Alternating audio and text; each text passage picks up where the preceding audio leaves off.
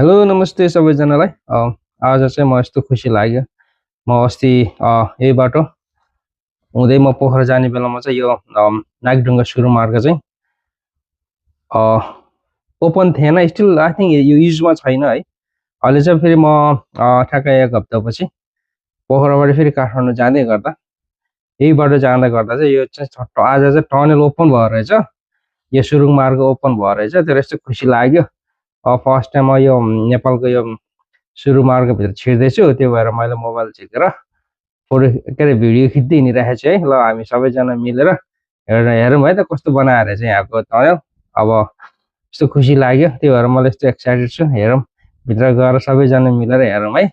भनेर यस्तरी म मोबाइल निकालेर यस्तरी खिच्दै खिच्दै खिच्दै आएको भनेको त यता पुलभित्र पो लिएर आयो ठक्क उहाँबाट खिच्दा खिच्दा खिच्दा आएको